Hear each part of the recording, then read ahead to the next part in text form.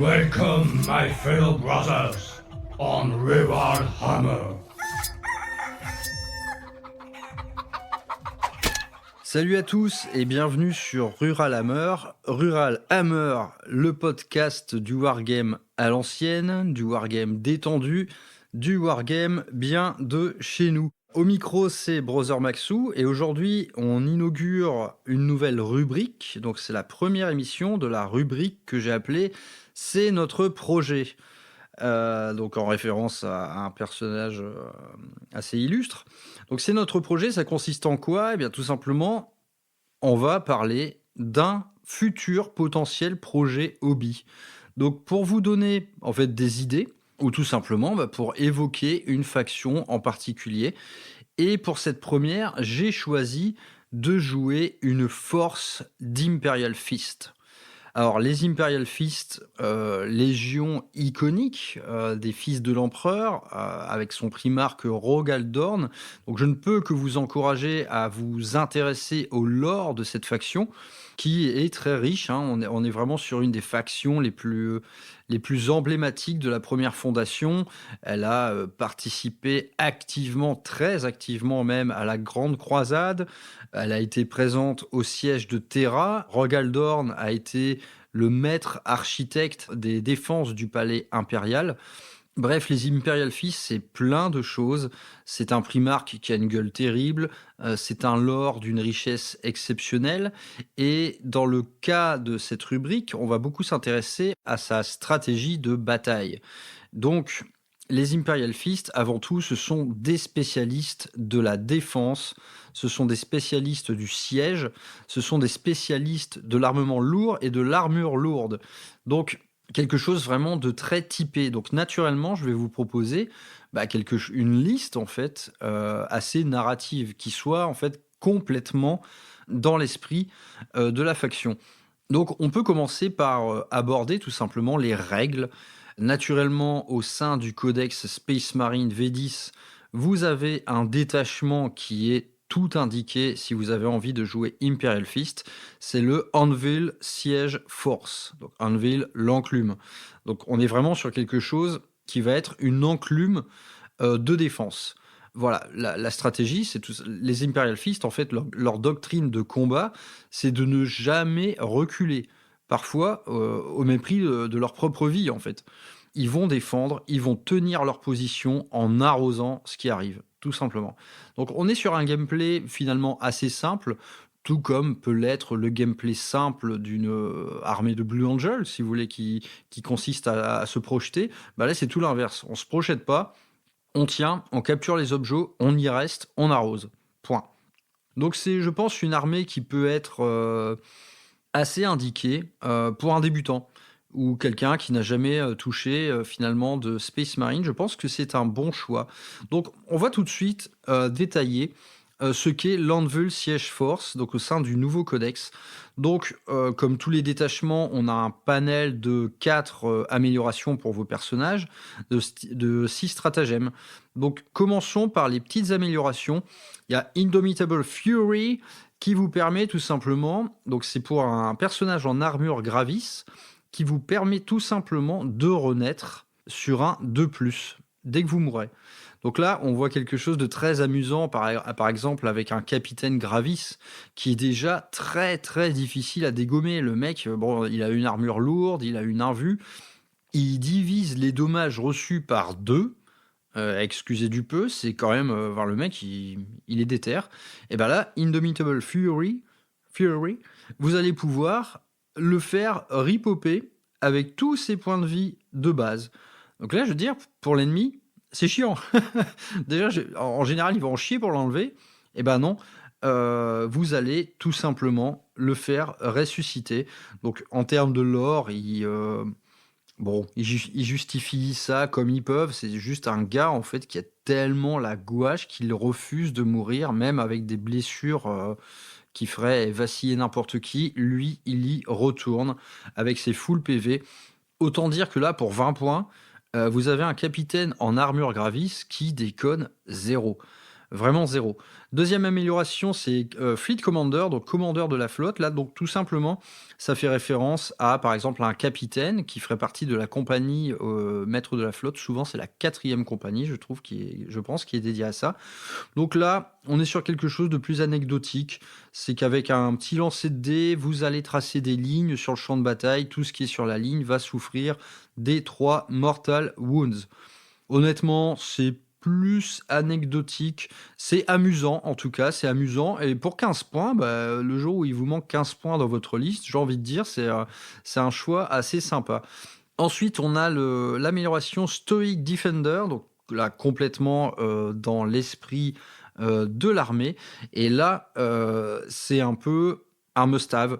C'est que tout simplement, vous allez donner à toute votre unité un Feel No Pain à 6+, dès lors que vous êtes sur un objectif. Donc c'est très bon, c'est vraiment très bon. Et deuxième caractéristique, vous allez diviser par 2 votre OC quand vous êtes battle choqué, au lieu de le changer à 0.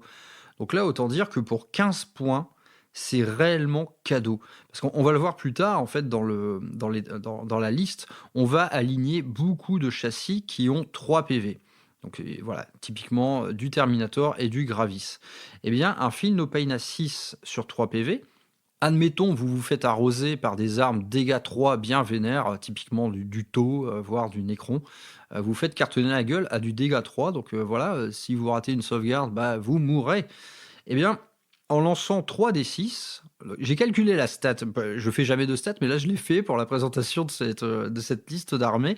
En lançant 3d, vous avez 42% de chance de faire au moins un 6. Autrement dit, vous avez 42% de chance de sauver votre mec. Et donc de devoir encaisser 2 touches de dégâts 3 pour en tomber un seul. C'est excellent. Honnêtement, c'est une des meilleures améliorations que j'ai vues jusqu'à maintenant dans le jeu. Et le petit bonus d'OC, il vous permet, au cas où vous êtes battle choqué, vous avez quand même de l'OC sur l'objet, donc vous ne le perdez pas. Donc c'est vraiment très bon. Stoic Defender, c'est très cool. C'est voilà, en termes de lore, ils expliquent ça par un guerrier particulièrement tenace, dont les discours ont tendance à enflammer ses petits camarades. Donc voilà, sympa. Bon, les petites parties de lore des, des stratagèmes et des améliorations, ça vole pas bien haut, mais en termes de jeu, c'est vraiment très cool. Et dernière amélioration, Architect of War. Tout simplement, donc là, ça va être n'importe quel type d'armure qui va pouvoir le porter, et vous allez donner à votre unité un bonus de Ignore Cover. Là, idem, en fait, c'est très bon. C'est très bon, par exemple, des intercessors lourds qui vous cartonnent à PA-1, si en plus vous n'avez pas le couvert, vous avez le couvert interdit, ils vont commencer à faire très mal. Donc je pense que c'est, honnêtement, dans les 4 améliorations, il n'y en a qu'une qui est pas terrible, c'est le maître de la flotte. Celui-là, j'ai envie de dire, vous allez pouvoir le mettre s'il vous manque un petit peu de points. Mais honnêtement, les 3 autres sont vraiment excellents. Ils sont vraiment très bons. Donc pourquoi on va pas s'en passer, hein. Feel No Pain à 6, Ignore Cover et un capitaine qui ressuscite. Enfin, c'est golden, c'est vraiment golden. On va ensuite aborder les stratagèmes. Naturellement, vous avez l'Armor of Contempt, l'armure du mépris. Pourquoi pas, hein, tiens, je te méprise, je fais ça, tu vois. Donc c'est le grand classique des codex SM, il est battle tactique, donc vous allez pouvoir le déclencher gratuitement avec un capitaine. Donc ça réduit la PA de 1, on sait tous que ça marche très bien. Voilà. Il y a rarement une bataille que vous allez jouer en Space Marine où vous n'allez pas dépenser ça au moins une fois. On continue avec le deuxième, Rigide Discipline. Alors là, c'est vraiment quelque chose de très bon. C'est quelque chose qui est complètement dans l'esprit Imperial Fist. Donc ça intervient à la fin de la phase de combat, et vous allez pouvoir prendre une unité de votre armée qui est à portée d'engagement, donc qui vient de se faire taper dessus, hein, disons-le simplement. Eh bien, vous allez faire quoi? Vous allez pouvoir immédiatement faire un mouvement de retraite jusqu'à 6 pouces. Ce qui veut dire que vous faites un battage en retraite gratuit. Donc typiquement, si vous faites ça à la fin de la phase de corps à corps adverse, eh bien, vous vous désengagez comme ça pour un CP. au début de votre prochain tour, vous êtes à portée de tir, voilà, gratuitement. Et vous allez donc pouvoir bénéficier de la règle de détachement. Oui, comme une andouille, j'ai oublié de parler en premier de la règle de détachement. C'est très con. C'est pas grave, on y reviendra plus tard. J'assume le fait de ne pas faire de montage. Donc rigide discipline, très très bon. Une petite retraite en fait préventive qui vous permet au début de votre tour eh bien, d'être considéré comme immobile et d'arroser à courte portée. C'est excellent, c'est tout à fait dans l'esprit de l'Imperial Fist. Encore, franchement, un stratagème bien écrit. Et donc, en faisant ce petit mouvement de retraite, naturellement, vous pouvez vous démerder pour rester sur l'objectif. Parce que vous pouvez aller jusqu'à 6 pouces, mais c'est pas obligé non plus. Vous pouvez, genre, faire 2-3 pouces et être hors de portée d'engagement tout en restant sur un objet. C'est vraiment très bon. Donc, voilà, un excellent stratagème encore. Troisième strat, No One Backwards Step. Jusqu'à la fin du tour, vous allez doubler votre OC.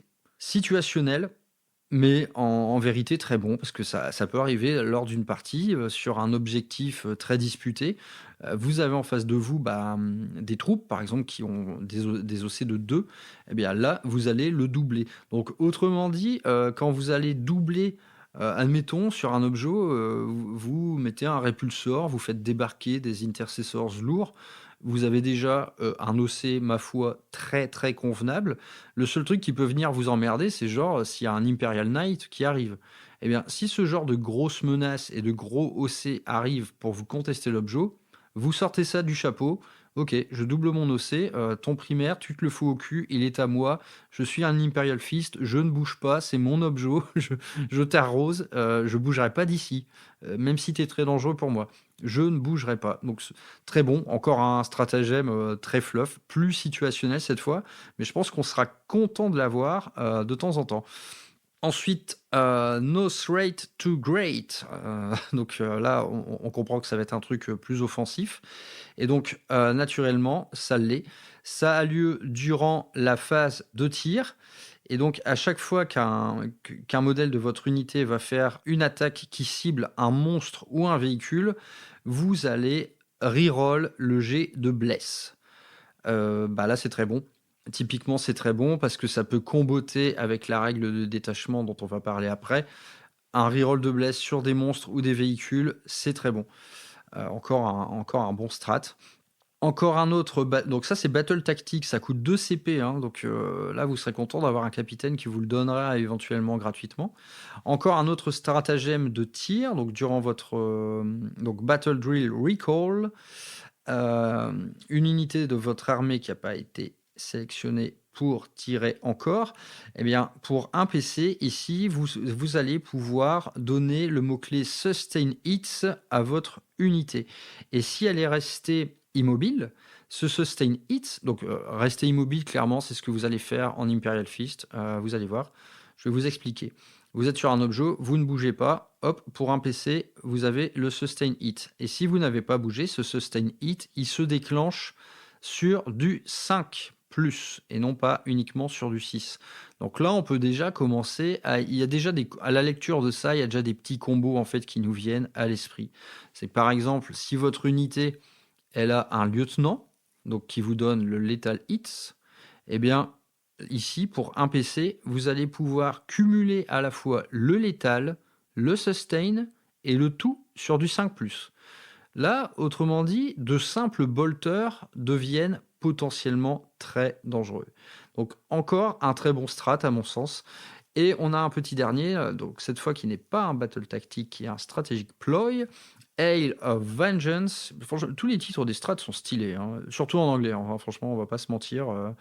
Donc, à la phase de tir adverse, juste après qu'un ennemi ait résolu ses attaques, ce qu'il a pris pour cible va avoir droit à une phase de tir gratos.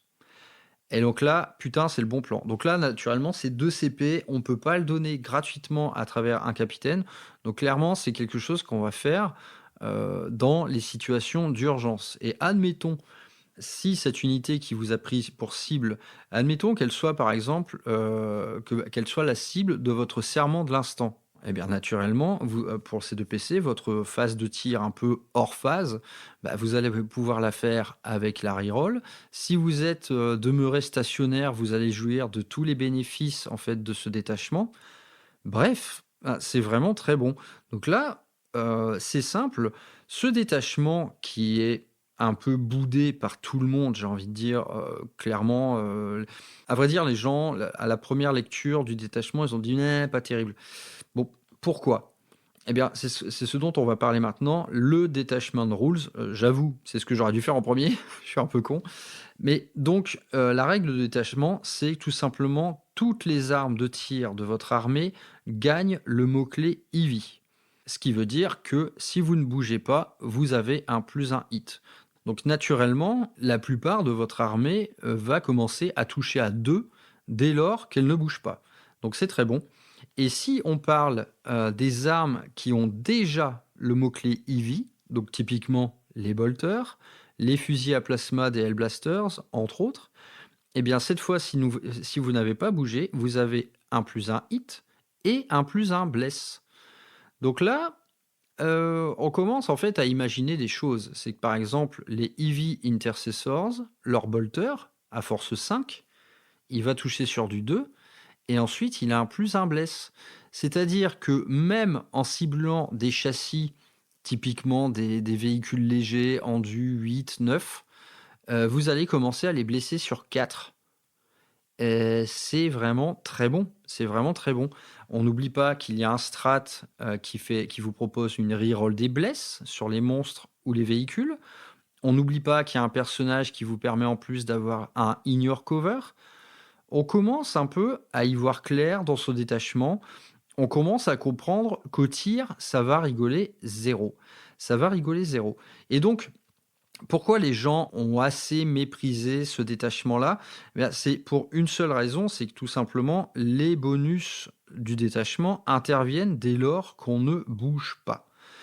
Eh bien, et c'est vrai qu'en fait, ça paraît pas évident. Warhammer 40 000 est véritablement un jeu de mouvement, un jeu où on court vers les objets pour s'en emparer, un jeu où, parfois on bat en retraite, on refuse une charge, et cetera. C'est vraiment un jeu centré sur le mouvement et je trouve que ça rend le détachement encore mieux, si vous voulez. Il prend réellement à contre-pied ce qui est le gameplay de toutes les autres factions. Vous allez être le seul à jouer comme ça. Et c'est ça qui est intéressant. C'est réellement intéressant. On va faire une liste, si vous voulez, en fonction de ça. Donc, on a dit ce que c'était, l'armée, on a abordé les règles principales, et ensuite, ça donne quoi sur table? Tout simplement, on va aligner un maximum de châssis lourds, que ce soit pour l'infanterie, que ce soit pour les blindés. On va avoir envie de jouer de l'armure Gravis, qui est en fait l'armure de défense par excellence. On parle de châssis qui ont 3 points de vie, une endurance à 6, qui ont une save à 3. Évidemment, la save, c'est le maillon faible, mais on peut l'améliorer via plusieurs moyens. Par exemple, la règle de base des EV Intercessors, c'est d'améliorer leur save de 1 dès lors qu'on les cartonne à dégâts 1, ce qui les rend mais quasiment invincibles en fait face aux tirs d'infanterie. Et puis, sur les autres unités, on a accès aussi à l'Armor of Contempt. Donc, disons, ce cap de l'endurance 6 est très important, mais la save laisse un peu à désirer. Donc, on va trouver le moyen de pallier à ça. Et ensuite, ça donne quoi sur table? Ça donne ça. Ça donne une armée lourde. Vraiment lourde. Quelque chose qui a été conçu pour défendre des positions. Tout simplement. C'est l'esprit de l'Imperial Fist, c'est ça. C'est l'armure lourde, l'arme lourde. Donc, on va commencer par aborder la liste en elle-même. Donc, cette liste, on va commencer finalement par son unité phare. J'ai envie de dire, voilà, son enclume. Son enclume qui sera mené, eh bien là, le choix est facile, par nul autre que Thor Garadon. Thor Garadon, qui est donc l'actuel maître de chapitre Imperial Fist. La figurine est excellente. Hein, on a enfin, il y a cette espèce de sentiment de. c'est un homme artillerie, quoi, quelque part. Il a un point énergétique, mais qui fait le double de taille de tous les autres. Il est excellent. Il est vraiment excellent. Euh, voilà, très bonne figurine. Et quand on joue Imperial Fist, naturellement, on a quand même envie de le sortir. Et donc, ce Thor Garadon, il sera à la tête d'une véritable enclume de défense, c'est-à-dire 10 intercessors lourds. Donc l'intercesseur lourd, voilà, je pense que ce sera l'unité emblématique de l'armée, le maître de chapitre qui conduit son enclume de défense au combat. On va revenir un peu sur ce que nous propose ce petit Thor Garadon. Donc c'est un châssis de Capitaine Gravis standard, il a 6 PV, endurance 6, un mouvement de 5, hein, bien sûr, ça bouge pas très vite. Et donc, dans ces petites abilities, il donne naturellement à l'unité qu'il lead le Ignore Cover. On a vu que c'était l'objet d'une amélioration. Bah, ici, c'est gratos, les gars. Votre escouade de 10 intercessors lourds aura l'Ignore Cover. Honnêtement, c'est très précieux. On sait à quel point il est facile désormais d'avoir le couvert. Et sa deuxième habileté, c'est Siege Captain. À chaque fois qu'il va taper un monstre, un véhicule ou une fortification, on va améliorer la force, l'APA et les damages de son arme de mêlée par 2. Autrement dit, le mec, il va taper à force 14, PA-4, dégâts 4. Bon, ça tatane sévère là. On est quand même sur une unité qui n'a pas vocation à être envoyée au corps à corps. Mais qu'est-ce que vous garantit en fait cette arme de mêlée absolument destructrice qui s'appelle End of Defiance? Elle vous permet d'avoir un contre-close absolument énorme. Vous vous faites charger par un petit knight, là, celui, pas le Armigère, l'autre dont je me souviens plus le nom, avec son espèce d'épée tronçonneuse, là. Ah, voilà, il vous ratatine 2 gravis, vous aurez du mal à vous en défaire, blablabla. Et bah, Thor Garadon, il arrive, il lui fout quand même 5 tatanes de dégâts 4 dans la gueule. Bah, je peux vous dire que votre petit knight, il a quand même beaucoup de soucis à se faire. Donc voilà, Thor Garadon qui est un véritable bourrin. En termes d'armes de tir, c'est pas terrible malheureusement. Il a un petit flingue à graviton d'artificier qui fait 2 tirs anti-véhicule 2+, mais dégâts 2, PA-1. Bon voilà, de temps en temps, vous allez gratter des petits PV sur un véhicule. Bah écoutez, on prend, hein. On prend quand même, c'est plutôt cool. Donc Thor Garadon est à 90 points, c'est plutôt bien costé, je pense. Le Ignore Cover, naturellement, est quand même très précieux. On va pas se mentir, sur notre véritable enclume de tir, là, ça va être très précieux. Et donc revenons un peu sur cette enclume de tir. Eh bien, écoutez, là, on parle idem de châssis Gravis, avec donc, qui sont équipés de 2 bolters lourds, et donc d'un total de 8 fusils bolters lourds normaux. Donc c'est quand même des bons profils d'armes parce ils ont une excellente portée, c'est 30 et 36 pouces respectivement. Et bah là, c'est tout l'avantage de notre détachement, c'est qu'ils ont les 2 mots-clés. Ils ont assaut et EV. C'est-à-dire qu'au début de la partie, vous allez vous projeter par exemple sur l'objectif du milieu de map. Donc vous allez pouvoir faire des advances en tirant. Et une fois que vous êtes sur l'objet que vous ne bougez plus, vous avez le mot-clé EV. Donc ça vous donnera l'accès au +1 hit et au +1 bless. Donc c'est vraiment très bon. Donc cette unité-là, au choix, soit on la projette en milieu de map, soit on en fait un gardien de but. Mais alors là, on est vraiment sur un gardien de but de luxe, quoi. C'est qu'on a quand même 300 points sur l'objectif de la zone de déploiement. Mais les mecs, sincèrement, ils sont assez inamovibles, hein. Pour enlever ça, les gars, va falloir y aller. Va vraiment falloir y aller. Donc voilà, une unité assez iconique, hein, le maître de chapitre et sa grosse enclume de défense. Bon, je pense que c'est assez... voilà, c'est très Imperial Fist dans l'esprit. Ensuite, on va passer probablement à l'unité qui sera la plus dangereuse de votre liste. Là, je ne vais pas être très original. Il s'agit tout simplement d'un capitaine en armure Gravis qui va mener à la bataille une escouade de 6 agresseurs. Donc, Imperial Fist oblige nos agresseurs, on va les équiper de Boltstorm Gauntlet. On reste dans le bolter tant que faire se peut. C'est notre arme de prédilection. C'est tout simplement excellent. Donc les agresseurs, je vais revenir brièvement dessus. Tout le monde sait que c'est plutôt bon. Avec les règles du codex SM V10, ce qui a été mis en valeur, ce sont des armes jumelées, car elles vous le donnent une reroll de bless qui a été enlevée du serment de l'instant. Donc c'est un moyen un peu de renouer avec l'efficacité qui a été celle du serment de l'instant. Et on sait que le serment de l'instant vous permettait de vous débarrasser de n'importe quelle forme de menace. C'est-à-dire un buveur de sang arrive en plein dans vos rangs, même si vous jouez une armée pleine d'infanterie assez peu létale, bah ouais, mais quand on reroll, touche et blesse, tout devient létal. Vos intercessors normaux deviennent létals, même vos scouts, hein, rien à foutre quoi. L'agressors renoue un peu avec cette agressivité-là, et bah, c'est une excellente unité qui coûte cher en points, donc en fait, elle est forte, mais bah, elle est chère. Donc j'ai envie de dire c'est normal quoi qu'elle soit forte, parce que là on est sur une enclume entre le capitaine en armure Gravis et l'escouade d'agresseurs, on est quand même à 325 points, donc c'est un peu chaud. Ce capitaine, on va pouvoir lui mettre une amélioration, et bah, cette amélioration, là on a l'embarras du choix, c'est on peut très bien remettre une occurrence du mot-clé ignore cover. Donc là en fait vous avez 2 unités énormes qui ignorent les couverts. Ce n'est vraiment pas rien. En termes de létalité, vous allez faire un paquet de PV en plus, tout simplement, en ignorant les couverts. Et l'agresseur squad délivre quand même à courte portée une sacrée douche de tir, hein. C'est pas du tout à négliger. Ils sont vraiment très costauds. Pour ce capitaine qui mène des agresseurs, toutes les options sont bonnes. Vous pouvez prendre le Feel No Pain à 6 sur les agresseurs, ce sera très précieux.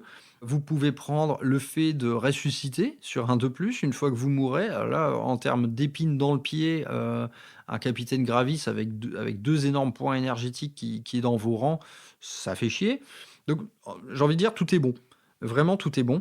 Et au sein de cette liste, justement, on va ensuite pouvoir varier les plaisirs. C'est-à-dire que le capitaine en Gravis Armor, il peut très bien leader les intercessors lourds pour leur donner par exemple le Philnopain à 6, et Thor Garadon peut rejoindre les agressors pour leur donner le Ignore Cover. Donc il y a plusieurs en fait synergies dans tout ça. Rien ne vous empêche également de jouer 2 capitaines en armure Gravis. C'est exactement le même coup en point que Thor Garadon de toute façon.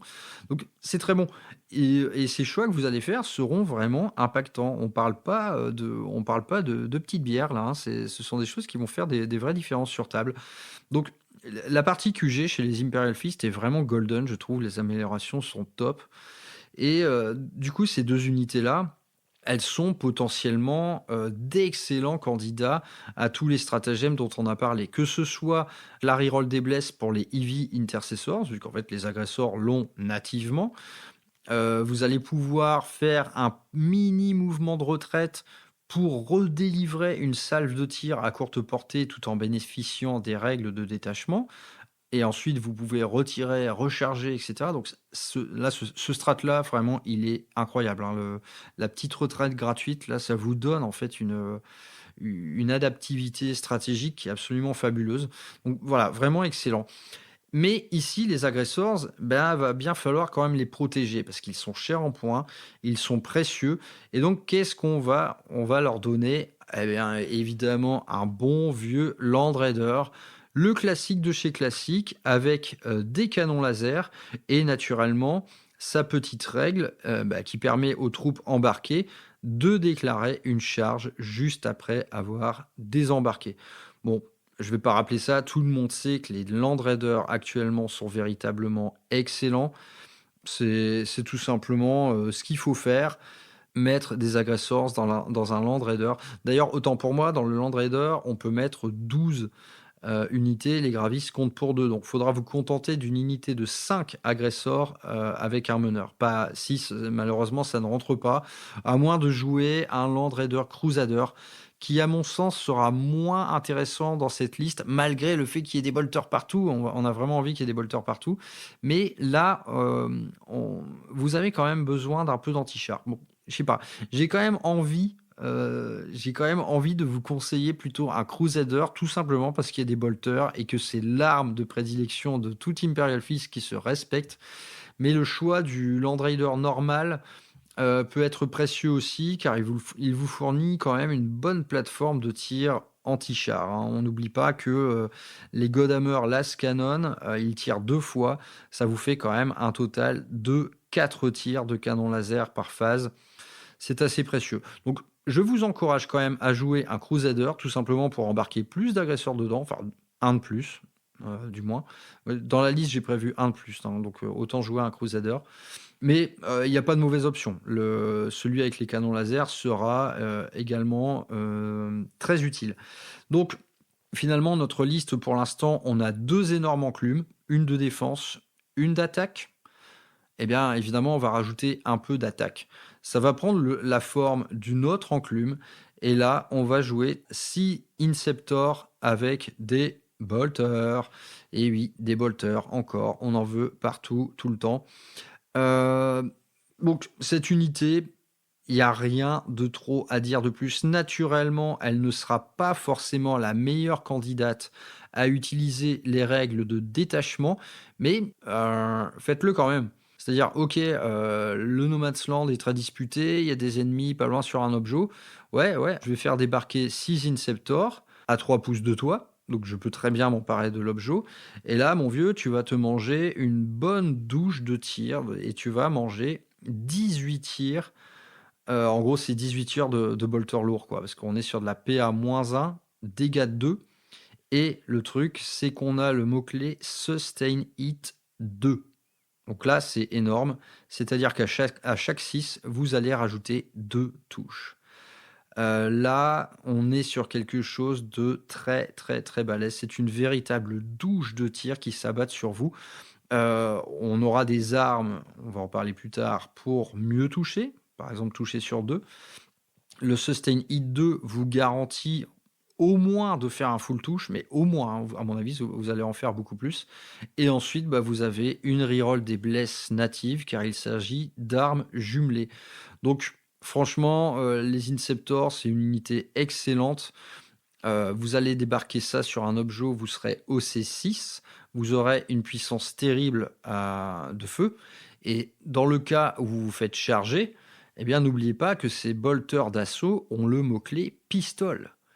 Donc, si tu veux me charger, allez, j'ai envie de dire, vas-y. Tu vas m'en tuer un ou deux, mais j'ai le mot-clé pistole, donc je vais quand même t'arroser rudement dans la mêlée. On n'oublie pas également toujours le petit accès au strat qui consiste à battre en retraite gratuitement, enfin gratuitement pour un PC. Donc voilà, 6 Inceptor Bolter, c'est le même coût en points que l'enclume agressor, c'est 220 points.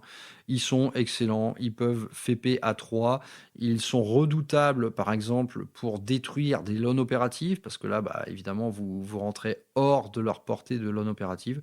Donc si vous avez sur la table des assassins qui vous cassent les couilles, ce sont les meilleurs candidats. Donc là je les ai mis en une escouade unique de 6, mais rien ne vous empêche de les jouer en 2 unités de 3. Et j'ai envie de dire, pourquoi pas. Là, du coup, ça les rend moins efficaces à prendre un objectif. Par contre, ils vont vous aider à faire du secondaire, à marquer des points, à aller dans des quarts de table, tout en distribuant un petit peu de létalité partout sur la table. Donc, c'est aussi une très bonne option. Là, on en est à 3 enclumes. Ah putain, on joue quand même en vue le siège force. On va peut-être en rajouter une quand même. Eh bien oui, on va rajouter une. On va rajouter encore une enclume. Cette fois, on part sur une escouade de Terminator. Alors, bon, que dire, les Terminators sont toujours très bons. Ils sont peut-être, à l'heure actuelle des règles, un peu en dessous des élites lourdes dans les camps adverses. C'est pas faux. C'est pas faux, ils sont peut-être un peu en dessous, ils manquent un peu de résilience, mais honnêtement, ils sont rarement décevants. Naturellement, ça se joue obligatoirement en rapid ingress. Franchement, c'est la meilleure manière de les jouer. Si vous avez le petit PC qu'il faut pour le faire, il faut le faire. C'est la meilleure manière de les utiliser. C'est tout simplement très bon. Et cette unité, on va la faire lead par Darnat Lysander.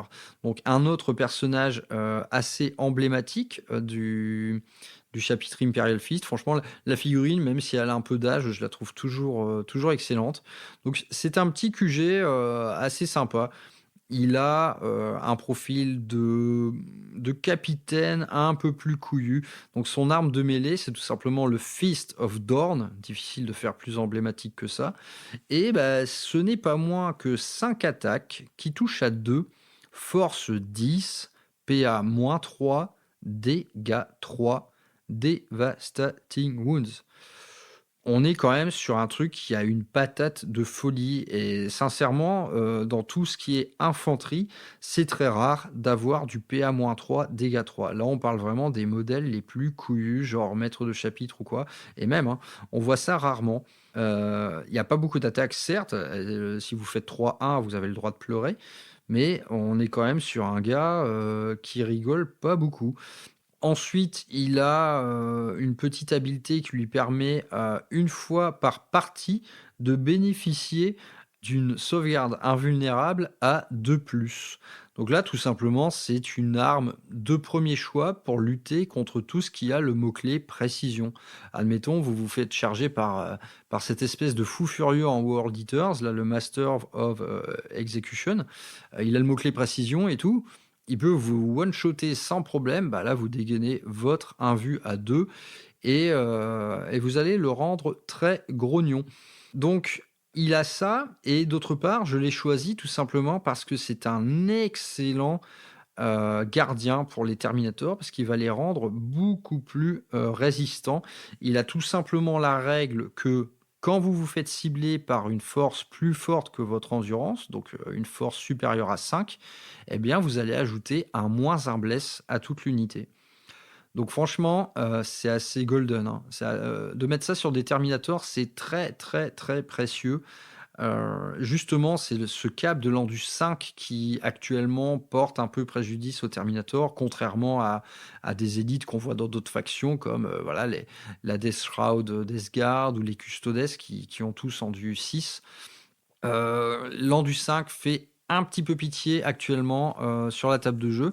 Là, le reste de votre armée est quasiment intégralement en Endus 6.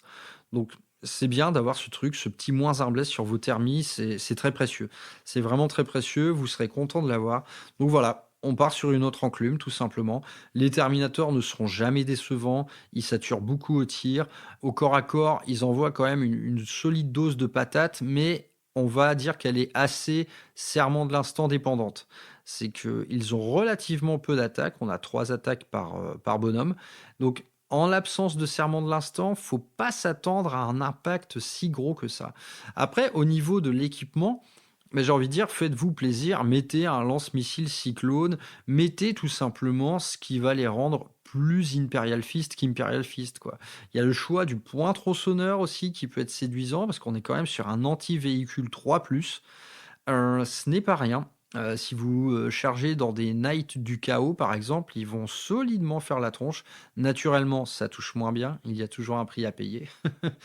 Mais voilà, je pense que ce sera une unité qui ne sera absolument pas décevante. Elle va arriver en rapid ingress, elle va s'emparer d'un objet.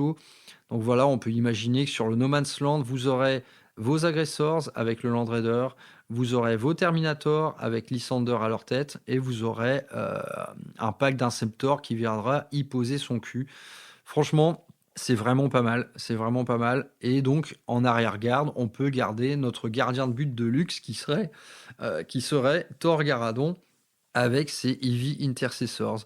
On y voit plus clair, mais vous allez me dire, le siège là-dedans, putain, on joue quand même un truc censé faire tomber des murailles, les mecs. Eh bien oui. Eh bien, croyez-moi que les murailles vont tomber, car j'ai choisi, dans la section blindée, 2 Vindicators. Voilà. Alors le Vindicator, donc c'est un char de siège. Il a une figurine assez iconique parce que tout simplement il a une énorme benne à l'avant de son châssis qui lui permet de tout simplement de défoncer des murs. Euh, donc c'est très sympa et vous allez comprendre que eh bien il rigole pas au tir. Mais alors, il rigole vraiment pas. Il a une portée assez réduite de 24. Donc, en fait, c'est tout simplement un tank qui va avoir vocation à foncer dans le tas. On va voir pourquoi. Donc, son arme de tir, il n'en a qu'une. C'est vraiment mononeuronal, ce truc. Il a D6 plus 3 attaques avec le mot-clé Blast. Autrement dit, si vous ciblez des enclumes de 10 personnes, ça va faire bobo. Il touche à 3, normal. Et là, on est sur de la force 14, PA-3, dommage D6. Autrement dit, ce truc, il va être aussi précieux pour dégommer du tank que du monstre, que de l'infanterie lourde. En vrai, j'ai réfléchi à toutes les cibles possibles, que vous l'envoyez dans un démon majeur, dans un pack de Terminator du chaos, il répond à tout. C'est en fait cette espèce d'énorme obusier, il peut potentiellement tout détruire. C'est pour ça que j'étais assez peu regardant sur le choix de l'équipement en arme de tir du Land Raider, parce que quand vous avez 2 de ces monstres-là, bah, j'ai envie de dire un canon de laser de plus ou de moins, on s'en fout un peu. Parce que là, on a tout ce qu'il faut pour faire très mal. Et très mal à n'importe quel type de cible. Naturellement, on va pas cibler de l'infanterie légère. Là, on aura plein de bolters pour s'occuper de ça. Mais là, ce type de canon lourd, bah, il peut tout avoir, tout simplement. Mais il y a un prix à payer, naturellement, parce qu'on reste sur un châssis quand même plus fragile que le reste. Donc on a 11 PV en du 11 quand même. C'est un cap qui est plutôt important. Il bouge de 9, donc il bouge quand même pas mal. Et il a une save à 2. Franchement, c'est quand même pas mauvais. C'est ni un Land Raider, ni un Redemptor. On est un peu à la croisée de tout ça.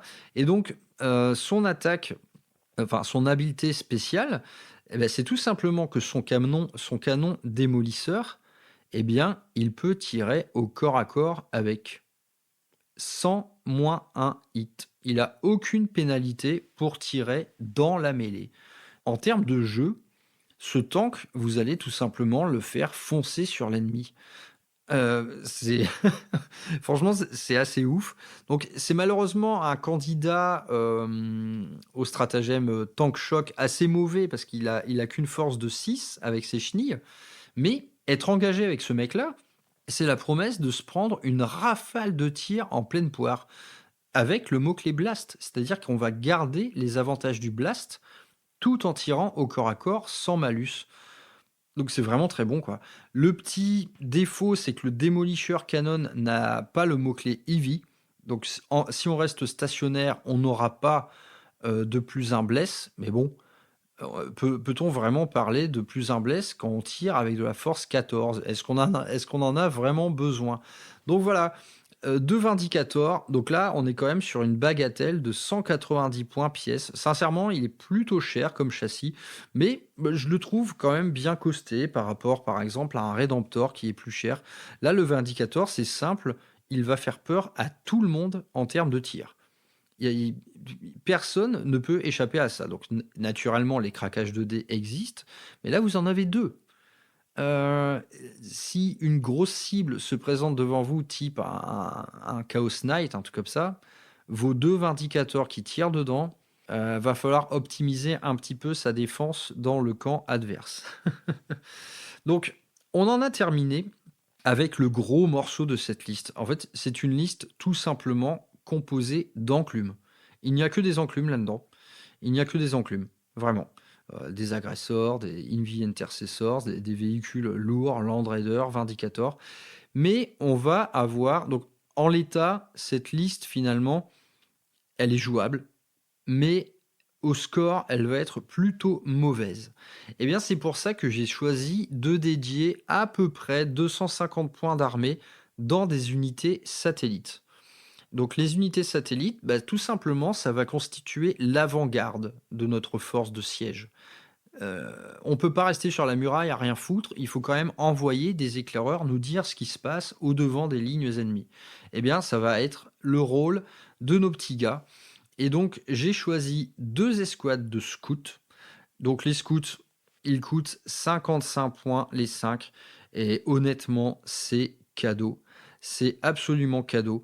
Ils ont tous les mots-clés du monde. Ils sont infiltrateurs, ils ont le mot-clé scout, donc c'est-à-dire que, d'une part, vous pouvez vous emparer de la map très tôt. D'autre part, si c'est pas vous qui commencez, vous vous repliez de 6 pouces pour vous mettre, par exemple, derrière un occultant. Cette unité dont on ne va pas parler de la létalité, parce que globalement, elle va grignoter un PV à droite à gauche. Elle n'est pas faite pour ça. Elle est faite pour vous garantir une prise de map dès le début de la partie. Elle va vous permettre aussi de créer des zones d'interdiction pour, par exemple, les unités infiltrées ennemies. Donc ça, c'est très bon également. Et la petite règle qui change tout, c'est qu'à la fin du tour de votre adversaire, vous pouvez immédiatement les remettre en réserve. Donc là, on parle tout simplement d'une unité qui est une véritable machine à secondaire. En vrai, si vous jouez avec les cartes tactiques, ce que je vous conseille à tous de faire, c'est bien plus amusant. Vous allez les retirer à chaque fin de tour adverse et selon les cartes que vous allez tirer, vous allez les mettre là où vous en aurez besoin. Que ce soit dans un quart de table, dans la zone de déploiement ennemi, dans votre zone de déploiement, ils vont poser des balises, ils vont faire des actions, ils vont faire plein de trucs et ils vont vous garantir à minima, sans déconner, 20 points de secondaire. C'est sûr, sûr. Vous aurez à minima 20 points de secondaire pour ça, pour un total de 110 points d'armée. Et sur un petit malentendu, il y en a un d'eux qui est équipé d'un lance-missile. Bah, avec un petit peu de chat, vous faites un dégât 6 sur un rhino. Ça m'est arrivé il n'y a pas longtemps. C'est quand même assez satisfaisant de la part d'une unité à 55 points. Donc ces deux unités-là, elles sont golden. Absolument golden. Et je vais enchaîner sur ce qui sera la dernière unité de l'armée. Ce sera tout simplement une unité d'incursor menée par un lieutenant en armure Phobos. Alors, ça c'est une unité, je m'en sers dans mes 2 listes Space Marine. Pour moi, c'est absolument golden. Les incursors sont excellents. Et là, ils le seront encore plus dans ce détachement-là, parce que l'incursor, eh bien, il a le même avantage que le scout, c'est-à-dire qu'il va pouvoir avoir une prise de map tôt dans la partie. Il bouge de 6 et il a un mouvement d'avant-garde de 6. Donc vous allez traverser de 12, vous serez tout simplement au milieu de la map, vous allez vous démerder pour être juste devant un occultant, vous allez tirer, c'est la première unité de votre armée avec laquelle vous allez tirer, parce que la cible que vous aurez choisie, eh bien tout le reste de votre armée va avoir droit à un plus un hit. C'est tout simplement un marquage de cible qu'ils opèrent et tout le reste de votre armée aura plus un hit. Autrement dit, les premiers tours où vous allez bouger, où vous n'allez pas en fait bénéficier du mot-clé Eevee, les incursors, eux, ils vous le donnent. Ils vous le donnent sur un plateau d'argent. C'est une petite unité à 85 points. C'est absolument excellent. Et on va leur ajouter un lieutenant en armure Phobos. Donc ce lieutenant, il va donner à leur bolter un petit lethal hit. Honnêtement, c'est toujours la bienvenue. D'autant qu'on sait que les carabines bolter des incursors ont déjà le ignore cover. C'est vraiment très bon. Voilà, on a des bolters qui ignore cover avec lethal hit. Que demande le peuple? Ça fera quelques petits PV à droite à gauche. Mais le plus important avec ce lieutenant en armure Phobos, eh bien, c'est que à la fin de votre phase de tir, il va vous donner un mouvement gratuit de D6 pouces. Donc là, vous l'aurez compris, vos incursors, vous les mettez devant un mur, vous tirez, eh bien, vous lancez un dé, et sur un 2+, vous retournez derrière le mur, occulté, bien peinard. Et si vous les jouez bien, ces petits mecs-là, vous allez pouvoir les occulter toute la partie, les mettre hors de portée, et faire bénéficier à toute votre armée d'un ciblage. Donc ce ciblage, quand on le combine avec le serment de l'instant, quand on le combine avec votre règle de détachement, on se rend compte que c'est fort en fait, c'est fort. Les bolters, c'est fort. Vous allez pouvoir faire beaucoup de dégâts en bolter. Vous allez pouvoir faire beaucoup de dégâts en ne bougeant pas. Vous allez pouvoir faire beaucoup de dégâts en jouant dans l'esprit Imperial Fist. Donc, c'est une liste qui vaut ce qui vaut. Je pense qu'elle est, pour ceux qui ont envie de jouer plus dur, elle est facilement optimisable. Déjà, vous abandonnez par exemple Thor Garadon et vous mettez un capitaine Gravis. Du coup, ça vous fera une liste à 2 capitaines. Bah, parce que les améliorations sont tellement excellentes que c'est vrai qu'on a plutôt envie d'en jouer 2. Mais je veux dire, emblématiquement parlant, le Thor Garadon avec son enclume de défense, c'est difficile de s'en passer, quoi. Il y a la petite enclume de Terminator menée par Lysander. Naturellement, elle coûte quand même un total de 285 points. C'est très cher. Peut-être que pour ce prix-là, on va avoir envie de rajouter un blindé, on va avoir envie de troquer ça contre un Redemptor, par exemple, accompagné d'un Tech Marine, pourquoi pas. Mais là, la liste telle que je l'ai menée, elle me semble être au plus proche de l'esprit Imperial Fist, et je ne pense pas me tromper. Donc, j'enjoins les joueurs Imperial Fist à me dire ce qu'ils en pensent. Je connais des joueurs Imperial Fist pour qui, par exemple, une unité de rêve, c'est le Centurion Devastator. Je ne puis qu'abonder en leur sens, c'est très bon. Là, j'ai quand même voulu, pour le style, jouer quelque chose d'entièrement Primaris, de rester dans une homogénéité maximale. C'est voilà. C'est la liste à 2000 points qui me semble la plus Imperial Fist du monde. Donc j'enjoins mes auditeurs à proposer, eux, ce qu'ils aiment en Imperial Fist. Dites-moi où je me trompe, mais sincèrement, voilà, quand je lis les règles, ça me donne envie de la jouer, ça me donne envie de la faire, ça me donne envie de la peindre, parce qu'il n'y a pas énormément de figurines finalement. Donc je récapitule. En Epic Hero, on a Lysander et Garadon. On a 2 personnages normaux, un capitaine en Gravis Armor et un lieutenant en armure Phobos. On a une énorme escouade de Heavy Intercessors de 10. On a 6 agressors Bolter. On a 6 Inceptors Bolter. On a 5 incursors. On a 2 x 5 Scouts. On a 5 Terminators. On a un Land Raider Crusader et 2 Vindicators. C'est quand même une liste où il y a une tétrachier de bolters. Mais c'est ça qui est bon, c'est ça qu'on a envie de faire. Et voilà, la petite cerise sur le gâteau, c'est quand même ces 2 énormes obusiers en fond de cours qui vont être une menace terrible. Ils vont être une menace terrible pour tout le monde. Et donc, vous voyez que là, même si quand on écoute les analyseurs de méta, machin, ils disent que ça, c'est nul. Mais putain, à quel moment c'est nul? Vous rigolez ou quoi? J'ai 2 obusiers absolument terribles. J'ai 3 enclumes, même 4 enclumes d'infanterie inamovibles. Allez vous faire foutre. Non, c'est super bien, c'est super fort. Enfin, évidemment que cette liste va fonctionner. Vous serez jamais ridicule avec cette liste-là. Même si en face, il vous colle le musée des horreurs du genre des Drukhari avec une vingtaine de lances des ténèbres. Mais non, vous allez les envoler, les Drukhari, leurs véhicules légers, vous allez les dégommer à coups de bolters lourds. Enfin, ça fait pas un pli. Ça fait pas un pli, ça va vraiment être efficace. Et donc, on a vraiment quand même pas mal de synergies possibles entre les optimisations de tir via les stratagèmes. Donc, on rappelle la reroll des wounds contre tout ce qui est monstre ou véhicule. On a le petit mouvement de retraite gratos qui, ça, franchement, je crois que ce sera votre stratagème sans doute le plus impactant. Voilà, on a quand même largement de quoi s'amuser avec ce détachement. Donc, j'ai envie de dire, moi j'ai envie, hein, ah putain, ça me trotte dans la tête depuis un moment, j'ai envie de la faire, ça me fait chier. Mais je joue déjà 2 chapitres de Space Marine, je me dis, ah là là, ce serait déconnant, mais ah là là, j'ai envie quand même. Donc c'est toujours dans un coin de ma tête, voilà, je garde ça dans mon esprit. Et franchement, une mention spéciale vraiment aux améliorations et aux stratagèmes de ce détachement. Je les trouve vraiment excellents. Ils sont tous complètement inscrits dans le narratif Imperial Fist. Il n'y a rien qui dénote. Franchement, les strats sont tous vraiment super. La petite phase de tir gratuite que vous pouvez avoir dès lors qu'on vous prend pour cible. Enfin, non, vraiment, tout est cool. Doubler l'OC, ça, on y pense. Par exemple, sur les Inceptors qu'on fait débarquer sur un objet, vous doublez leur OC, vous passez à OC 12.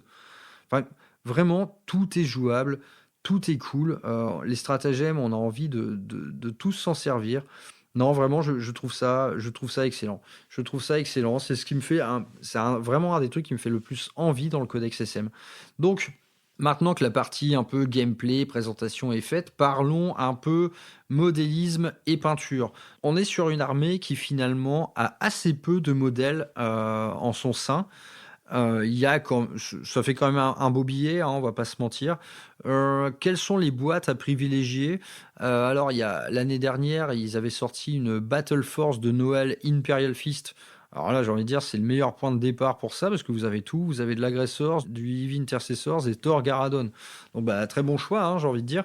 Et le reste, malheureusement, ça va devoir se faire un petit peu sur des kits séparés, hein, sur des boîtes délotées, parce que je ne vois pas énormément d'options.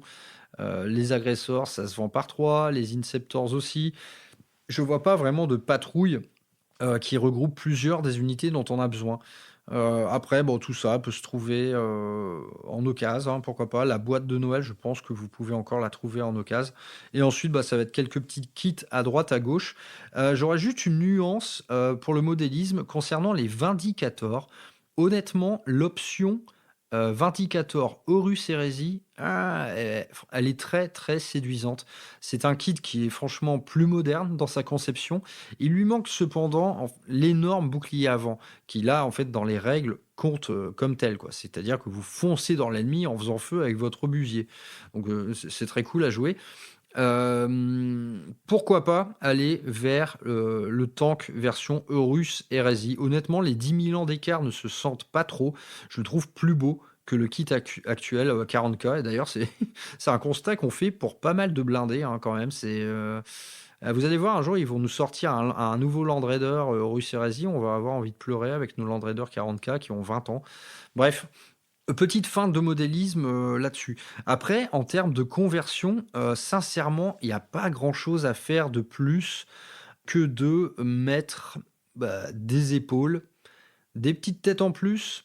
L'Imperial Fist n'a pas vraiment besoin de conversion supplémentaire à mon sens. Je trouve que un Aggressors avec ses lance-grenades, avec ses gantelets bolters, le simple fait de le peindre en jaune, bah oui, ok mec, t'as un Imperial Fist, quoi. Enfin, t'as la DIN qui va vraiment avec. Le simple fait de jouer uniquement des armures lourdes donne de fait un aspect Imperial Fist. Ils sont totalement dans l'esprit de ce chapitre-là. Ces figurines ont clairement été faites pour jouer Imperial Fist. Elles ont ça dans leur design, elles ont ça dans le sang, quoi. Ça ne fait pas un pli. Donc, finalement, très peu de choses à faire. Mettez-leur des jolies épaulettes, mettez-leur des petits points partout. J'ai envie de dire, c'est peut-être les Terminators qui profiteraient d'un peu plus de conversion. D'ailleurs, j'ai dit que vous les joueriez en Terminator normaux. Mais par exemple, si vous voulez faire des Terminators d'assaut avec bouclier et marteau, bon là, on est quand même dans l'Imperial Fist aussi. Mais bon, quoi de plus Imperial Fist que des fists, justement, des points énergétiques. Enfin voilà, c'est le point, hein, c'est ça que vous voulez, c'est du point et des bolters. J'aurais tendance plutôt à rester sur des Terminators normaux. Mais pareil, avec ce nouveau kit Terminator sorti avec la V10, très peu de choses à apporter, hein, finalement. Vraiment pas plus que des épaulettes, de l'assemblage bien fait.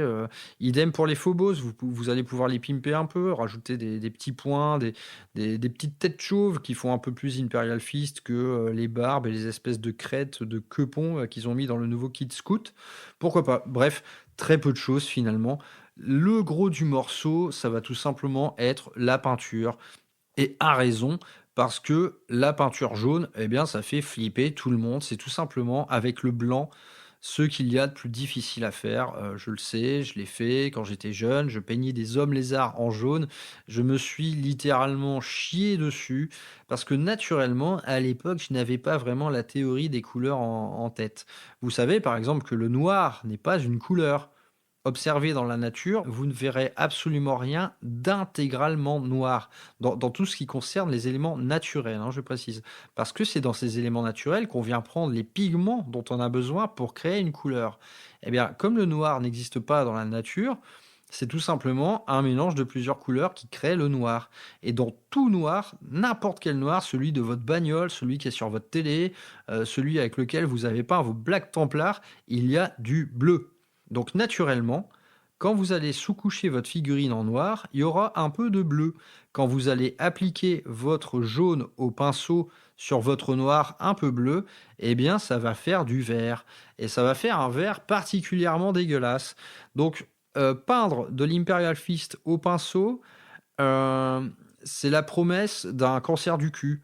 ou quelque chose comme ça. Vous allez véritablement en chier. Donc, à aucun moment, je vous conseille de faire ça. La règle, c'est à minima une sous-couche rouge. Vous allez appliquer du jaune sur du rouge. Ça va beaucoup mieux se passer. Et en fait, la seule solution qui vous permettra de faire un jaune facile, rapide, propre, eh bien, c'est l'aéro. Et donc, pour les mêmes raisons qu'évoquées précédemment, on ne va pas faire de sous-couche noire. Là, on va partir sur une sous-couche marron ou rouge. Et ensuite, on applique un zénithal de blanc. Et suite à ça, vous passez en voile, eh bien, à l'aéro, un contraste Imperial Fist, Citadel. Le rendu est magnifique, ça vous fait un jaune de fou, c'est trop beau. Et donc le choix de la sous-couche est important parce qu'en choisissant une sous-couche marron, vous aurez un jaune qui va plus tirer vers le brun, qui sera un petit peu plus sale. Dans les ombres, il sera marron, votre jaune.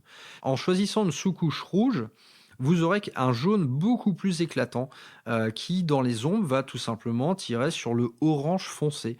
Donc le choix de la sous-couche est primordial, ça va vraiment décider du choix de votre armée. Donc là, j'ai envie de dire, est-ce que si vous faites du grimdark, de la figurine un peu cracra, je partirais davantage sur une sous-couche marron. Si vous voulez un rendu réellement éclatant, c'est-à-dire l'Imperial Fist qui sort de chez le coiffeur, là, vous allez plutôt choisir la sous-couche rouge. Donc, en mettant en place une technique d'aérographie assez simple, parce que là, honnêtement, il ne faut pas être un pro de la gâchette pour pouvoir faire ça. C'est vraiment des exercices de base que sont la sous-couche, le zénithal et l'application d'une couleur en voile. Honnêtement, j'ai fait des initiations il n'y a pas longtemps. Il y avait un gars de 14 ans, au bout d'une demi-heure d'explication, il m'a fait sa première figurine comme ça. Donc, vraiment, pas ni problème, c'est rien de bien compliqué. Mais, ensuite, on va avoir envie quand même de pousser le truc un peu loin et naturellement, ces grosses armures avec ces gros aplats, ça va être des candidates particulièrement séduisantes à l'usage des huiles. Donc l'usage des huiles, c'est voilà, tout simplement une fois qu'on a fait notre jaune, donc bah, voilà, notre figurine est toute jaune, hein, c'est des vrais petits poussins et bien ensuite, on va tout simplement les passer au vernis brillant avant de leur appliquer un petit bain d'huile. Donc on va prendre simplement une huile, par exemple marron, très foncée, qu'on va diluer fort. On va badigeonner la figurine avec et ensuite on la nettoie avec un coton-tige pour retirer l'excédent. Et là, c'est là que vous aurez le choix de faire vos Imperial Fist en mode un peu crado. Parce que le jaune, si vous le laissez vraiment tel quel, c'est-à-dire immaculé, propre, Heu, une armée d'Imperial Fist, ça va faire un petit peu jouer. Ça va faire un petit peu, petit poussin, il y a un truc un peu dérangeant sur un champ de bataille du 40e millénaire, d'avoir une armée de petits poussins avec un jaune impeccable, vous savez, qui brille fort, ça fait jouer. Donc je pense que les Imperial Fist, comme n'importe quelle finalement armée avec des armures très claires, est un candidat idéal au weathering, c'est-à-dire à la salissure. Donc la peinture à l'huile est un des premiers choix. Ensuite, vous allez pouvoir également utiliser du sponging qui est vraiment une technique, mais plus simple, tu meurs. C'est-à-dire vous trempez votre petite éponge, dans une peinture marron très pigmentée, type, le marron de base Game Workshop, Moonfang Brown, je crois, Moonfang Brown. Et vous allez tapoter vos armures pour les salir, pour faire des petits éclats de peinture, etc. C'est très rapide, ça marche très bien.